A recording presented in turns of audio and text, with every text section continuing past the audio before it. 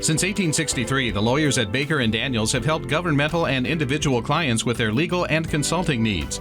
Today, Baker & Daniels has offices in Fort Wayne, Indianapolis, South Bend, Chicago, Washington, D.C., and China.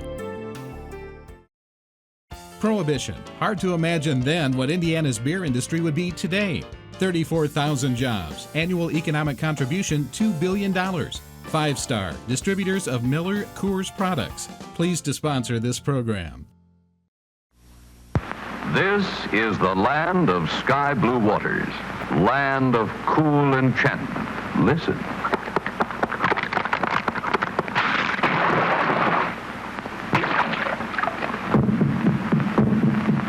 From the land of sky blue waters, from the land of pines, lofty balsams, comes a beer refreshing, hands a beer refreshing. Hams. Ah, home sweet home, the little nest, where after work a man can rest, or take a peaceful stroll outdoors, doing little simple chores. Weed the garden, cut the grass, paint the window, fix the glass, trim the shrubbery, grind the axe. But take it easy, dear. Relax. Oh, these little women have a way, but maybe I forgot to say, she always has my favorite brand, Carling's Black Label beer on hand. What a happy thought. Hey, Mabel, a great idea. Black Label, nothing too good for good company. Carling's Black Label beer, the quality brew at the popular price. Enjoy the best, take our advice. Get Carling's Black Label, Carling's Black Label beer. Mabel, Black Label, Carling's Black Label beer. My beer is Rheingold, the dry beer. East side, west side, and up, down, and down. Rheingold extra dry beer is the beer of great renown. Friendly, freshening Rheingold, always happily dry. The clean, clear taste you want in beer is in Rheingold extra dry. Gallo Grenache Rosé, a fresh, bright pink wine, a party wine, a picnic wine, a beautiful dinner wine. Try Gallo Grenache Rosé, chilled or over ice, and discover just how refreshing wine can be.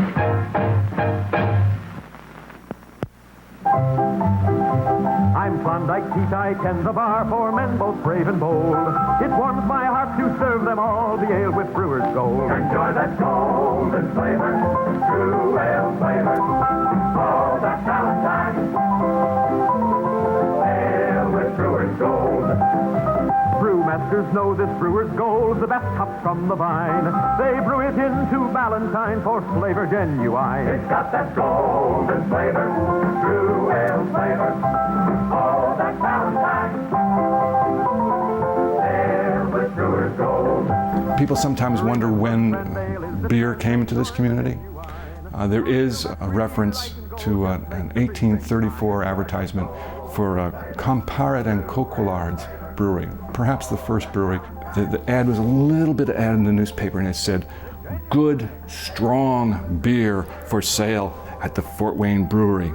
And it stated that you could buy the beer by the gallon or by the barrel, whichever way you wanted it. But it made one emphasis. It was right there in italic. Cheap. It's the genuine ale with Brewer's Gold. By the beginning of the 1870s, there's said to be at least a dozen breweries within, they said within sight, so it was within probably a day's ride to pick it up. And that's quite a lot. Fort Wayne was a very German place. It was a working class place, and it was a place with two major breweries. Plus, you know, there had been other distilleries and breweries during its whole history. So Prohibition was met with real mixed emotion here in Fort Wayne. Anybody that wanted alcohol could get it. The Germans were roughly 2/3 of the population in Fort Wayne at the turn of the century, World War I era, just before Prohibition. German Americans were in control of all the major industries, of political offices, of state elective offices. Germans lived a beer garden lifestyle. Beer was central to their lives. Wine was central to their lives. Having a party on a Saturday and a Sunday at Germania Park on the north side of Fort Wayne was part and parcel of their lives. German singing clubs all had bars. All of the German clubs had bars in them. So it was fundamental, and the Anglos didn't like that.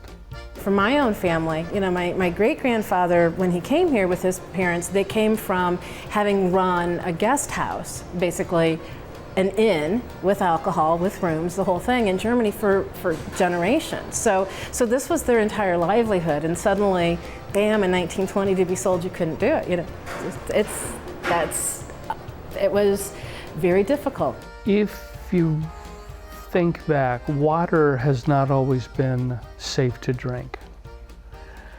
And throughout history, the Germans and other ethnic groups would brew or create wine as a means of providing themselves with liquid nourishment that was safe to drink and wouldn't kill you 2 days later. It's a food beverage, and the Germans regard it that way. It was part of their the medical remedies. It was used as a milk substitute. It was used as an energy booster. It was just commonplace to have whiskey available. My grandma came over from Germany and stopped in Toledo, where her uncle had a glue business. It took her 60 days to cross on a sailing vessel, and she was really run down from the type of food they got on that vessel. And so her uncle said to her, "You take this bucket and go to the saloon and tell them to fill it with beer. And you drink beer all you can stand to drink." In a very short time, she gained weight and got strength back. So in Germany, brewing beer was the norm. Everybody drank beer, down to little bitty babies. It was watered down substantially, but that was the way to drink liquids safely. So consequently, the Germans saw nothing wrong in that. You want a beer? No thanks. If you bring back the bar, you have the saloon. The same old institution, lined with the boys and bums, spending their money, debauching their characters, rotting their bodies, and jeopardizing their immortal souls. In towns large and small all across the country, the issue of alcohol and its uses initiated passionate debates. Forces united to create powerful, influential, sometimes radical, determined leaders on both sides of the debate. Allen County was no exception.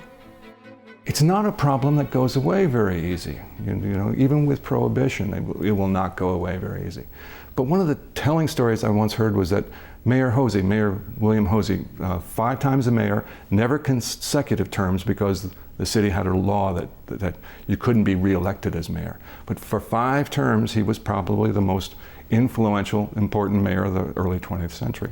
His major objection was that he couldn't control what came along with the saloons.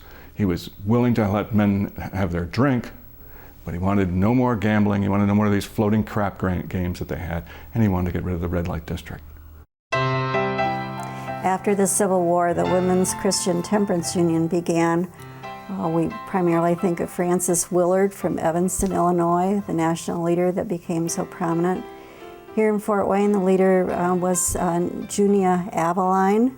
Her husband had operated one of the largest hotels. She lost a son in the Civil War. In the 1870s, she lost another son to alcoholism. And she became part of the movement to educate people on the threat, on the danger of alcohol abuse.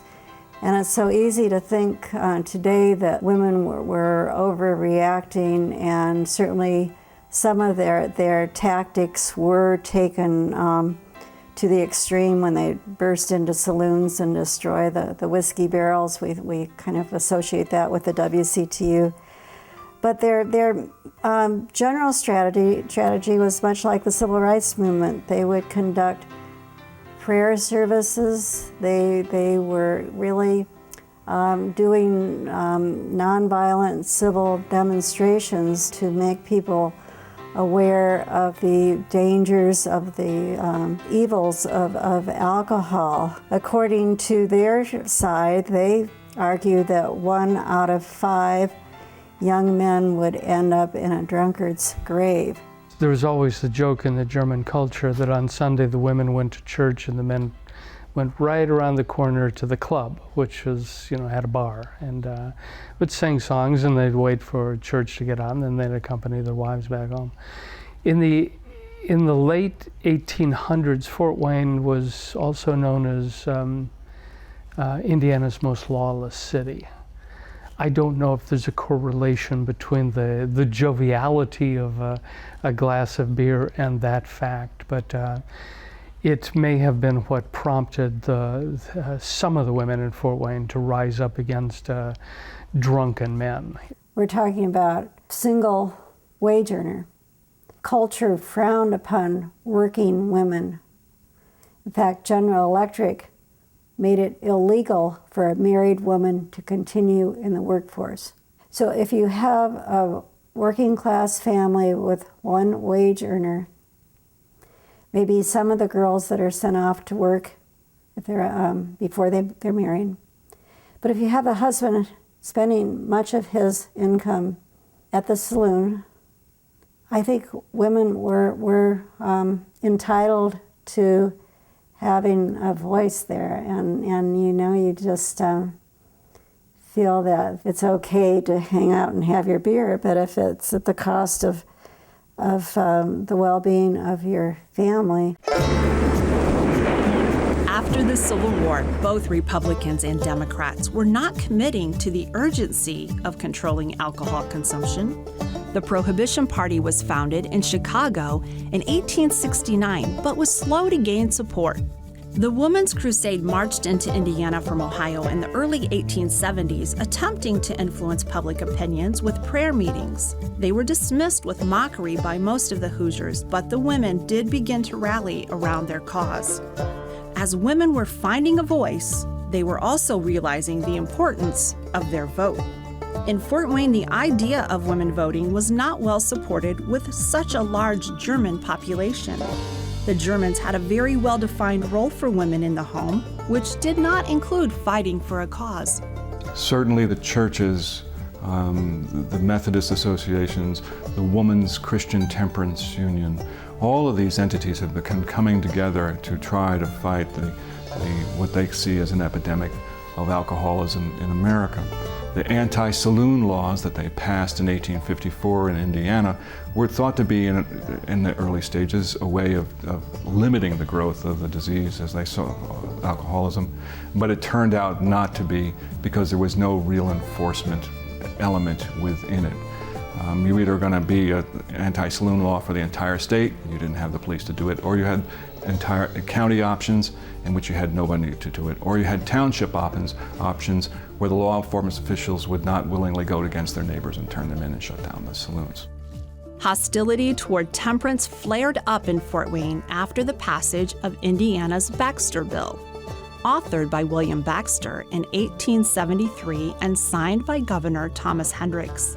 One of the items in this bill intended to close down unlicensed saloons and make saloon keepers liable for damages caused by their drunken patrons.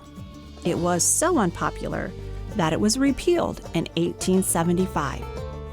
One of the leaders was John Sarenhausen, who was an editor of the local newspaper and a state senator. John Sarenhausen opposed this. And he was hailed as a leader by the German American community. When he returned to Fort Wayne, almost simultaneously, the Women's Christian Temperance Union was holding an institute for Northeast Indiana. And one of the supporters was a Methodist minister, Wayne Street, or it was called Berry Street Methodist Church then, Reverend Marine. Reverend Marine got into a huge amount of trouble by giving a talk in Defiance, Ohio, commenting on the opposition of a certain group of Germans to the Baxter Bill. Well, the German group in Fort Wayne got wind of this and summoned Marine to a meeting. There was a petition with 500 signatures calling for Reverend Marine to explain his position. He was charged as a vilifier and a slanderer. So this horrible confrontation between the interests of the German Americans to protect their interests in the brewery industry and their social habits versus the women that were trying to promote temperance and broader rights for women was well underway in the 1870s. The Constitution, the sacred charter of we the people, the blood and sweat of we the people, the life, liberty, and happiness of we the people.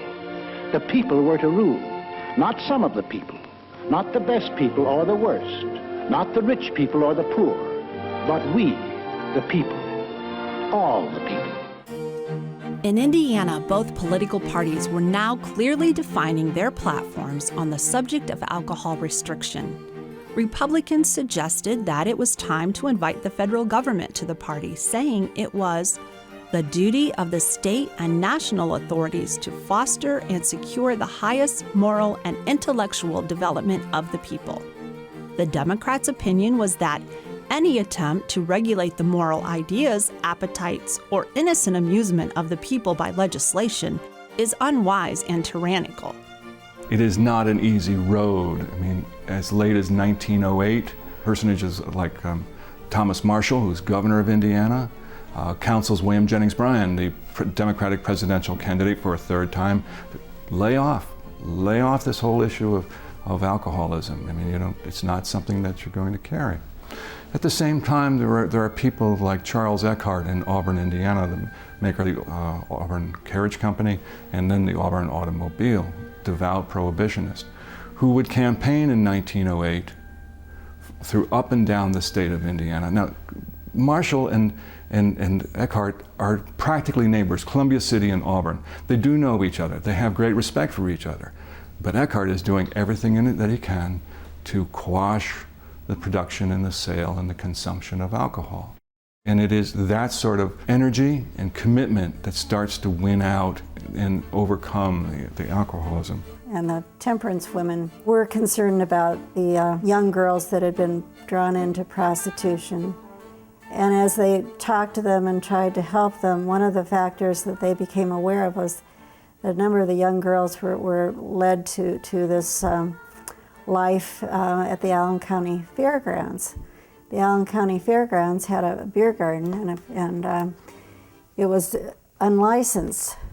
And so the WCTU women began to become more politically aggressive with this issue of trying to shut down the beer garden at the state fairgrounds. They first went into the county commissioners with a petition signed by thousands of women. And the reaction of the county commissioners was that you women are wasting your time. You need to go home and take care of your own kids so that they don't end up in this low life. Well, the reaction of the temperance women was, we're going to take this to every level that we can, and we're going to see this through. So, 1911, the WCTU took the fight to close down the beer garden.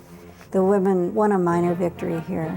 Building upon this minor victory, women were beginning to look beyond social opportunities. They were taking a real interest in helping their community. They were an integral part of the workforce, and they were paying taxes. The force of the Liquor Alliance and the breweries were insurmountable. However, public opinion was shifting, more support for suffrage was beginning to grow, and World War I was on the horizon. The voice of the Women's Christian Temperance Union was growing louder. The fact that the Indiana legislature cleared temperance and suffrage was due to a combination of issues. That the liquor lobby was beginning to have kind of a evil or less than positive kind of reputation.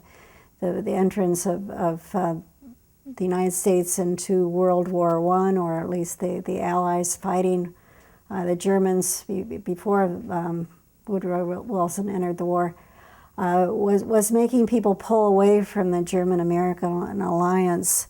The German-American alliance had taken a position, a pretty rigid position, supporting Germany, wanting the U.S. to remain neutral.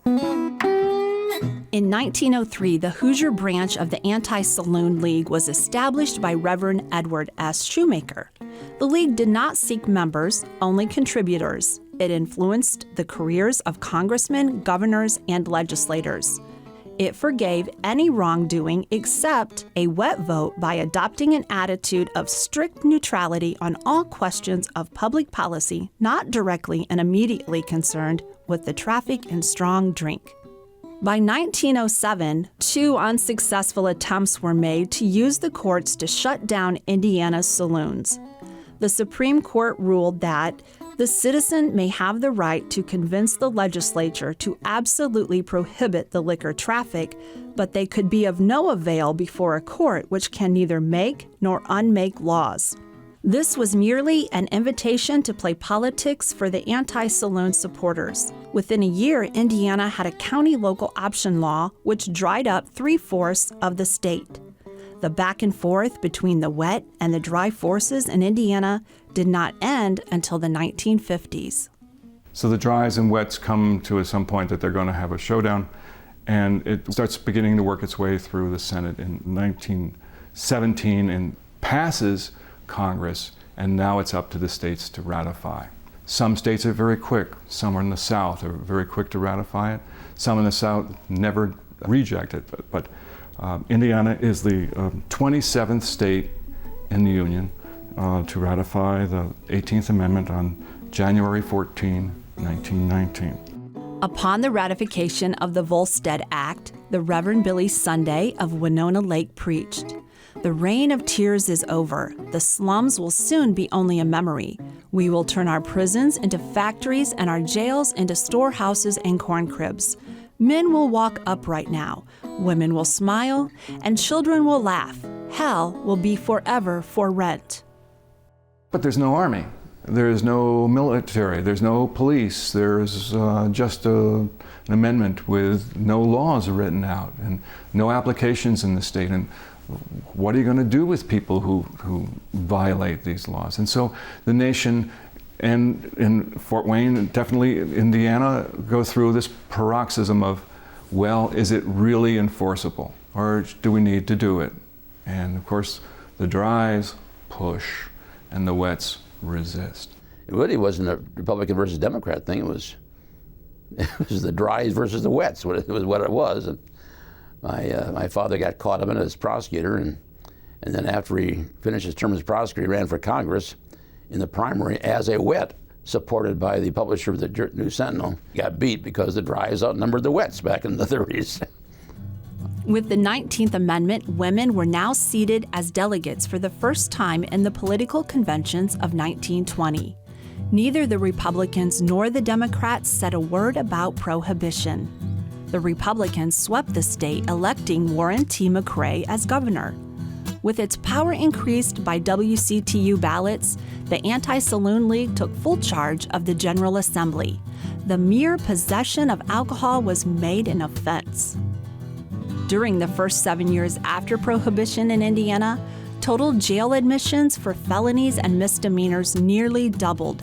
Charges of intoxication and vagrancy rose from 8,441 in 1918 to 13,893 in 1925.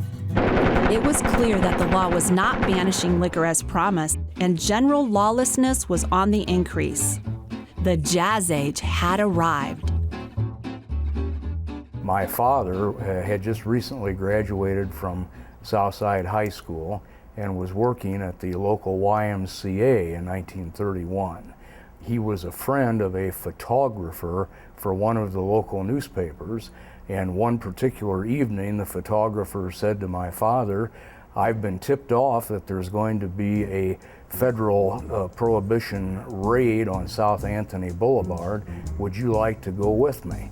And my father accompanied the photographer, and they went in right after the federal agents had raided what was masquerading as a candy store on South Anthony Boulevard in Wayne Trace. I was probably in junior high at the time, and we had discussed the so-called Prohibition law and what a failure it was and how difficult it was to enforce. There was a constant war going on with regard to those who believed that alcoholic beverages were the devil's handmaiden, and those who said it was not government's obligation to tell people how to conduct their lives by drinking or not drinking. But Dad and my father inherited the problems of Prohibition and was kept very busy prosecuting those who were operating illegal stills. There had been no violence really until 1931, and a case that became well known throughout the country was when two revenue agents from the Internal Revenue Service, that's where the agents were from, who had the obligation of enforcing the law, were in Fort Wayne to conduct an investigation into an illegal still operated by a man named George Adams on Stellhorn Road near the St. Mary's River. But the agents heard about it. George Adams, the person that was operating a still, heard about the agents coming and lay in wait for them to come near his still. When they came near his still, he rose up out of his where he was lying and with a double-barrel shotgun shot and killed both agents. So I was only 4 when this double murder occurred in 1931. All I remember really is the police cars around our residence because Dad received threats against his life from a lot of the people who were bootleggers. There were just so many bootleggers all around town. The sheriff, who was then a man named George Gilley, was constantly raiding these stills, illegal stills, every place. Apparently, from some of the newspaper accounts, that caused people to come from miles because they could hear the sirens and they wanted to know what was going on. So suddenly there's like hundreds of people driving all over because it's the Depression. There's not a whole lot going on. You can't go out and drink, and there's something very exciting happening on the bridge, and so it was the big news. My father, as prosecutor, took the case to the Allen County Grand Jury, got indictments for 2 counts of first-degree murder. One of the prospective jurors was a gentleman that my father knew named Hagerman, William Hagerman. And Mr. Hagerman looked at my father when he was questioning him and said, "Walter," he still spoke in a German accent, "Walter, if you say that this man did what he did, then he deserves a medal for what he did." So immediately my father turned to the judge, and the judge kind of blanched, and my father said he would like to exercise what we call a peremptory decision to throw him off the jury, so which he did. But that was the feeling of many of the jurors. But after about a week of trial and days of deliberation, the jury came back not with 2 verdicts of first-degree murder or second degree, but of voluntary manslaughter against Mr. Adams. And George Adams was then sentenced to 2 to 21 years in the Indiana State Prison. Within 3 years, he was out of jail, back in the streets of Fort Wayne. And my father said a couple of years later, like about 1937 or 38, he was back and making alcoholic beverages someplace without a license. The federal authorities who had the responsibility of enforcing the Prohibition law, since it was a constitutional amendment and thus a federal law, always had trouble with the local officials. And this was true in Fort Wayne just as it was in most cities across the country, because there was always a kind of a disparity between the federal authorities who were trying to enforce this and the local authorities who had to live with the people who didn't like the law. The other thing that my father said is that sheriffs throughout the state of Indiana received so much dollars, I forget how much, maybe a couple $100 every time they raided a still. And the money went to them personally. And some sheriffs became very, very wealthy during Prohibition days by their constant raiding of stills and breaking up speakeasies. So this money was paid to them out of federal funds. Fred Lunds was at one time sheriff of Allen County toward the end of Prohibition, and he was, of course, actively involved, as were the other Allen County sheriffs, in trying to enforce the Prohibition law. And ironically, Fred Lunds himself got in some difficulty and was indicted by a grand jury for illegally transporting alcohol and was tried to a jury in Fort Wayne and was found not guilty, as were some of the other people who supposedly violated the Prohibition laws. And so you have this cat and mouse game going. If you're a wet town, you sort of turn the other eye and look the other way. If you're in a dry town, it's shut. It's shut. And at one point, there was 70 counties dry in Indiana out of 92. 70 are dry, and about 1,500 saloons are closed forever. In some cases, they wanted to do it in a very special way. I read a story about a woman a little further south who took her oxen out and tied them to the pillars of the tavern and slapped the oxen in the back. The pillars came out and the tavern went into the creek. From the laboratory to the tanks where the finest of American malted grains are fermented, the beer of today is brewed under spotlessly clean conditions. Modern scientific instruments control the entire brewing process. No other food products get more careful attention in manufacture than American beer and ale. In addition, the brewing of this fine beer and ale today is one of America's great industries, contributing much to our economy. Some 400 modern breweries in operation today represent an investment of more than $2 billion in buildings and equipment. To staff these breweries requires nearly 100,000 employees, earning $350 million a year. It was clear to those in the alcohol trade that in order to survive, they had to adapt to the situation of prohibition. We're sitting in Columbia Street West, which is one of the very well-known bars here on the Landing, on Columbia Street in downtown Fort Wayne. If you look at the city directory, during the 20s and early 30s, while Prohibition is still going on, the street at that point was primarily set up to handle farmers' needs. There were a number of feed stores, the Wayne Feed, the Bash Feed Store, and a number of these places that had been saloons that suddenly were restaurants or suddenly were cigar stores and then suddenly restaurants again. And I think actually with this particular building, at least during the late 1920s and early 30s, it had gone between being, I think, a tire store briefly, and then it also was a cigar store by the same owner who then opened a restaurant. So it was kind of like, I've got the building, can't serve beer, which is what I really want to do. So in the meantime, I'll sell some other product, I think was how a lot of folks operated during that time period. As Prohibition came in, the German clubs, the German restaurants, the Bavaria, the Heidelberg, all of these other restaurants that carried German names couldn't sell beer, they couldn't sell wine, so they had to restructure their menus. Many of them just simply went out of business because their business model was based upon profits from beer and wine, not from sandwiches. Sandwiches were often given free with a glass of beer. That was part and parcel of the business model at the time. So a fair number of them went out of business, and couple that with the fact that World War I had been, and Fort Wayne, there had been virulent anti-Germanism in this town. A lot of the old businesses simply disappeared, vanished, changed. This growing opposition was not growing against a small, weak industry.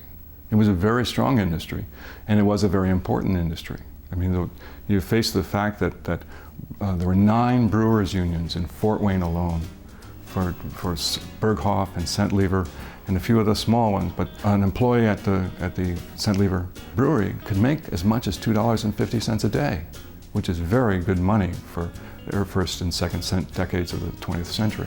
There were at least 10 breweries contributing to the economy in Fort Wayne at one time. The two greatest were the C.L. Centlivre Brewing Company, established as the French brewery in 1862 by Charles L. and his brother Francis Centlivre, and the Berghoff Brewing Company, established as the East End Bottling Works in 1882. Berghoff was founded by 4 brothers, Herman, Henry, Hubert, and Gustav. It was located on the corner of East Washington and Wabash Street on the east side of Fort Wayne. It was a modern brewery. They had their own deep well underneath, so they'd have the pure water, And they had refrigeration so that the beer could be cooled. The Youngest Brothers Soap Company was just a little more than a block away. So they were both East End businesses. This house right here is C.L. Sentler's home, and it's no longer there. But if you look at this picture today, Nature's Corner would be right about where this bottling works is. This little feeder canal is now a bunch of overhead wires that they have. And right around in here would be Steel Tire, and Burger King would be right behind where CL's house is. And you'd also have a house that's standing right here where the stable is. And that house was Charles Francis Centlivre's house. Well, the biggest competition was probably Centliver Brewery. But the Berghoffs never worried about that competition because they had the honest German brew, and the Centliver Brewery was a French brewery. So they just figured they had, with the large population of Germans in Fort Wayne, a kind of captive audience. In 1862, the French brewery made 500 barrels of beer. That was that first year in 1862. In 1940, thereabouts, they made 130,000 barrels of beer. So it grew tremendously. And in fact, before Prohibition, the Centliver Brewery actually exported. There was a Centliver export beer that they made that from 1900 to probably about 1914, they actually exported beer to Germany. And it was going on a cruise line that went to Bremen. So that kind of testifies to the ability of Fort Wayne to make quality beer. Everything had been going wonderfully well. They were selling lots of beer to lots of thirsty people. And there came this feeling or movement in part of the population that kind of disapproved of the German culture.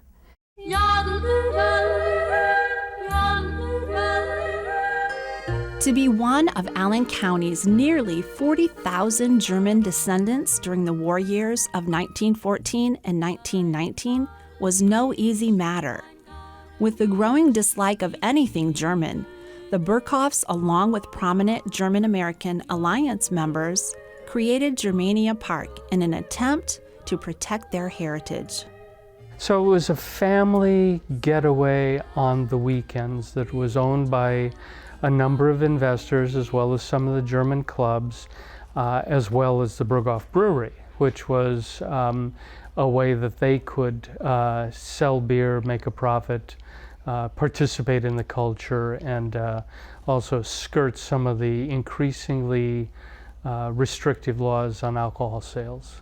The brewery decided that the park wasn't a good idea anymore. There was so much social pressure that people and organizations that had rented the park, had come to the park for their affairs, and various fraternal organizations and so forth, decided they didn't want to be associated with it anymore because the dries were just very disapproving. As a matter of fact, Prohibition was so significant because you didn't want to be necessarily known as a brewer, you'd want to be known as a beverage company. And so the Centliver Brewery ceased to be C.L. Centliver Brewing Company, and it became, what on this bill of lading you might be able to see, Centliver Beverage Company. During Prohibition, the Centliver Brewery, they had to padlock the door because that's what the federal government mandated, that all breweries that produced alcohol had to padlock or be destroyed. And the Centlivers still made some near beers, which were supposed to taste like beer, but didn't have any alcohol. That was Winona, That's It. They made a ginger beer. None of it did very well, but they still tried to employ some of the people that had worked there before. The poor thirsty population now had to be satisfied with near beer, birch beer, root beer, ginger ale, under the trade name of Burgo. And the name of the brewery was changed to Berghoff Products. Prohibition had been something that had been talked about for numerous years. And at the turn of the century, I've found articles where people were rather belligerent against my great-grandfather, who was very much a gentle man. He never raised his voice. He was only about 5'6". But these articles that I've found have just pretty much called him a ruiner of families and calling into question his integrity, his honesty. And people started just lambasting him, going after him and saying these terrible things about him without even knowing him. His response was, well, I'm not making anyone drink. I'm merely offering a product that if they choose to drink, they can drink local. It cost him his home. He actually had to sell his house. His house was fairly well known at the time. He had over 100 windows, which I believe at the time you could actually get taxed on the number of windows you had. And you could also get taxed on the number of closets and such. Well, he was known for having over 100 windows in his home. Well, he had to sell that home. And he ended up moving to a house on just north of the Hosey Dam on North Anthony, which still exists. Herman Joseph Berkhof was the first brother to come to the United States when he was 17. He was the prime mover in opening the brewery. After his wife passed away in 1896, he went on the road as a traveling agent to sell his Berkhof products. On a trip to Chicago, he tried to apply for a wholesale liquor license. He was denied. He then suggested a retail license. He applied and was accepted. With that license, he created the Berghoff Restaurant, which is still in Chicago today. All saloons had a free lunch. They were either free or maybe 5 cents, but they were really cheap. Hard-boiled eggs, ham sandwiches, manly stuff. And along comes Prohibition. Well, he was kind of out of luck in the beer business, but he began to offer really wonderful food. So he easily made it through Prohibition selling his food, and it became the Berghoff Restaurant. The sideline was beer. They'd been making St. Liver Ice all along. It just wasn't quite the size of operation that it was before Prohibition. Now all of a sudden it became a focal point. And so you would go and get one of these from the St. Livers, and they would put this in your front window when you needed ice, because they of course didn't have refrigeration in those days, so if you needed ice dropped off at your house, and you'd put to the top whatever quantity of ice you needed. The St. Livers had to find other jobs during Prohibition because the St. Liver Brewery was much a family operation. The cousins all worked there, the nieces, nephews, everybody worked there. We still have some of the St. Liver ice picks, and you can see that they even have a phone number on there. And in fact, the home telephone company in Fort Wayne, one of the St. Livers, Charles St. Liver, that's what he did during Prohibition. My great-grandfather went and, as I mentioned earlier, had become a deputy sheriff. He'd also worked for the Fort Wayne City and Light. The breweries had to close, but the distilleries could export to wet centers in other states. Druggists could receive liquor and, with a doctor's prescription, sell to dentists and veterinarians and patrons over 21 that were known not to have a drinking problem. To purchase sacramental wine, clergymen had to provide the druggist with their name, address, church location, sectarian affiliation, plus state that such purchase is made in good faith to be used for sacramental purposes only.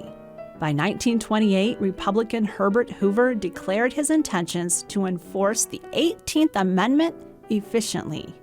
He declared that he would do everything in his power to enforce Prohibition. As the economic downturn began to deepen, the money that could be made from illegal alcohol became more and more enticing for folks who were looking to make dollars as money was going away. So, Fort Wayne became dangerous. Every place became dangerous. We had gangsters coming in from Chicago. We had alcohol coming in from the Detroit River, coming to this location. There were a number of busts by federal agents of different speakeasies. In one case, they arrested 24 proprietors, bartenders, and musicians who basically all said that they were entertainers and didn't have any knowledge of illegal operations and didn't drink. My mother was in high school in Detroit for a period of time, and she talked about the Purple Gang, who were fighting it out like they fight it out about drugs today over alcohol. They had rum runners that came across the Detroit River from Canada and brought the booze in that way. And look what happened to Capone in Chicago. They'd soon just kill you as look at you. Fort Wayne citizens supported several saloons that were scattered across the city. Several were located on Calhoun Street. One in particular, Schnee's Restaurant, became known as a speakeasy during Prohibition. It is now known as the Oyster Bar. It became, and it still is kind of now, kind of a favorite haunt for the attorneys and some of the politicians and the business people. So, but they were sitting in the back dining room, which was a very popular place for them back in then. And two teenagers actually came through the back door, walked right past them, and there were, I don't know, maybe a half a dozen of them back there. All of them had guns. And the teenagers stood right up here in front of the bar and at gunpoint tried to rob the bar.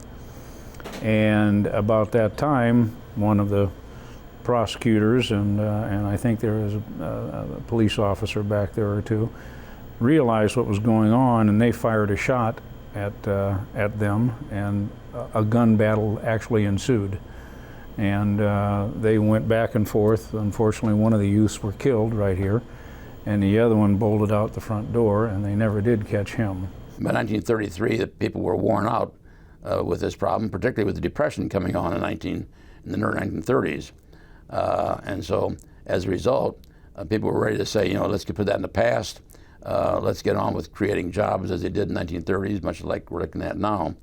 And then when the bloodshed continues to run in the 30s and mobs really take over, and mobs don't disappear with then I think that people basically just want that to stop. They have other things to worry about.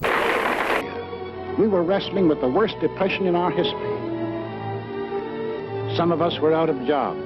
Some of us stood in bread lines. Not only were people worn out by the violent crimes and restrictions, the Great Depression took its toll on federal income tax revenues. Prior to the Depression, income tax supplied about 2/3 of the federal government's income. When income tax revenues plummeted in the early 30s, Congress and the state legislatures agreed on the prospect of raising new tax revenues with an excise tax on beer and spirits along with licensing fees. Within 3 months, the excise director, Paul P. Fry, collected more than $1,013,000 in excise taxes and permit fees, with more than $420,000 going to cities, towns, counties, and schools.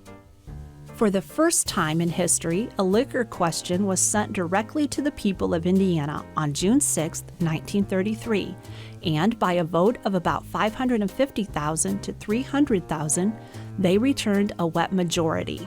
329 delegates assembled in Indianapolis on June 26 to formally place Indiana on record as the 7th state opposed to Prohibition, voting 246 to 83 in favor of the 21st Amendment. The decisive vote of the 36th state against Prohibition is happy news for the grain raisers of the United States and for many others throughout the land. With an eye on December 5th, work is being rushed in distilleries and bottling works. Thousands are being called back to work in plants of allied industries. At least 500,000 new jobs are predicted as the result of repeal.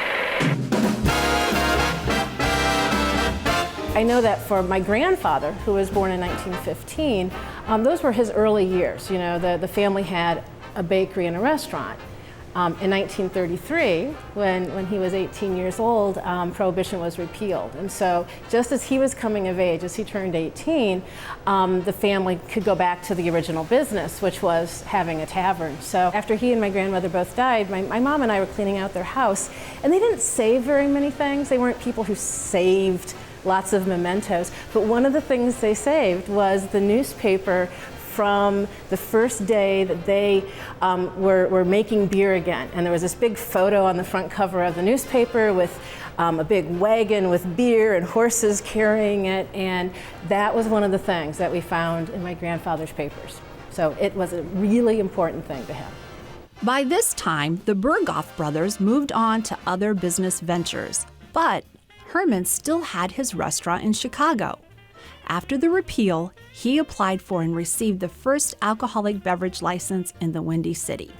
He was very proud of that, and he also was very proud of the fact that on the first day that the beer was back, April 7th, 1933, His bar room was overflowing with gentlemen. It was a men-only bar at that time, of course. And they were having a great time. Gustav had sons. He had Edward and Walter and John.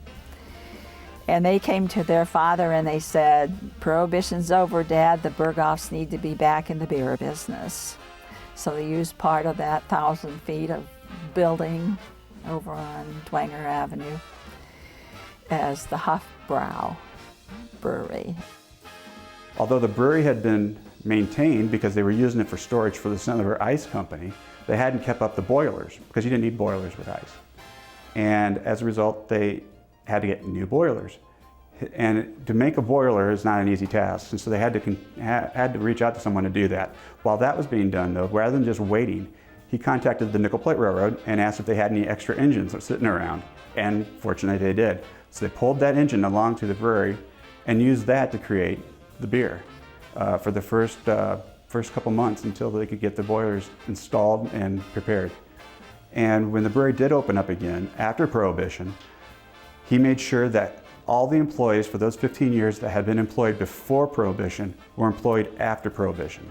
And they would not hire anybody until all those employees that had worked there previously had their job back. St. Liver merged with Chris Craft in 1961 and was renamed Old Crown. This company was then sold to its employees. Old Crown closed operations in 1973. Berghoff was sold to Falstaff in 1954, and the contents of the building were sold to China. By 1940, federal, state, and local taxes and license receipts exceeded $1 billion yearly. Alcohol-related problems did not increase significantly, and bootlegging continued, but mostly in a few southern states that preserved anti-liquor laws. In most states, bootleggers could not compete with the legal liquor trade. Prohibition was gone, but the Anti-Saloon League accomplished one of its goals. The old type of saloon did not reappear in most American cities. License regulations prevented the saloons from gambling and other vices. After repeal, they were called bars or taverns, and their only function was to offer alcoholic beverages. Of course, I am delighted, but not surprised by the final repeal of the 18th Amendment. I felt all along that when this matter was properly submitted to the rank and file of our people, they would readily see that it had no place in our Constitution. It would be very difficult, if not impossible, to estimate the benefit that will come to this country from the lesson taught to the coming generations, to make it their business to see that no such matter as this is ever again made the subject of federal constitutional law. What is the outcome? What's the bottom line from Prohibition? And for one thing, it made our local breweries weaker.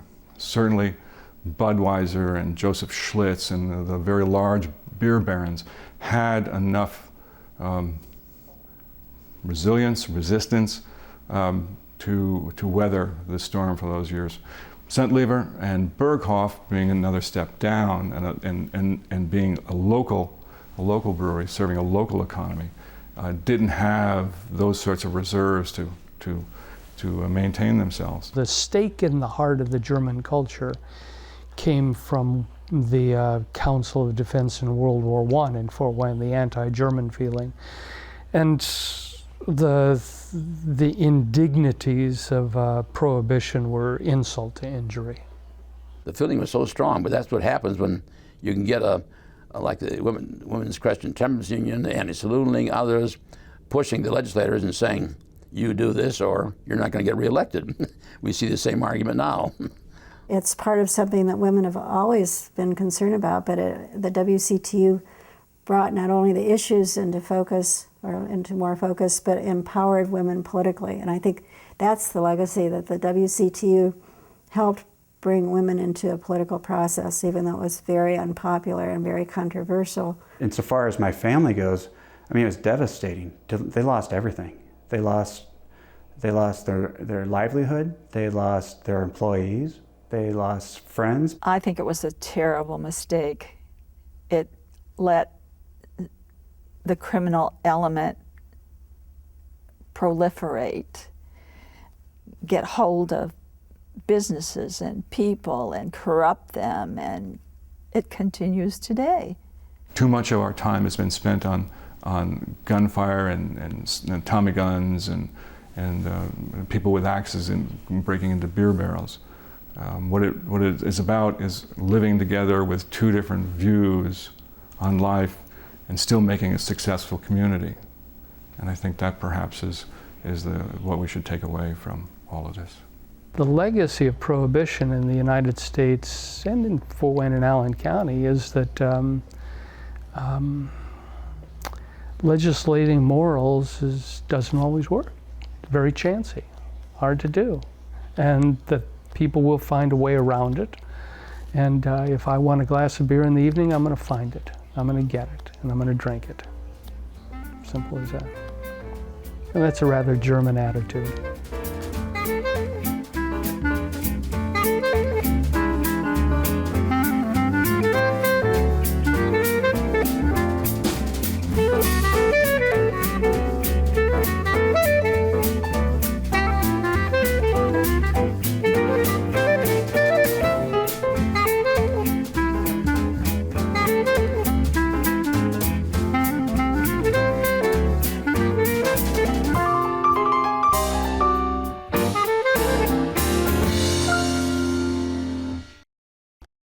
Since 1863, the lawyers at Baker & Daniels have helped governmental and individual clients with their legal and consulting needs. Today, Baker & Daniels has offices in Fort Wayne, Indianapolis, South Bend, Chicago, Washington, D.C., and China. Prohibition. Hard to imagine then what Indiana's beer industry would be today. 34,000 jobs. Annual economic contribution, $2 billion. 5-star. Distributors of Miller Coors products. Pleased to sponsor this program.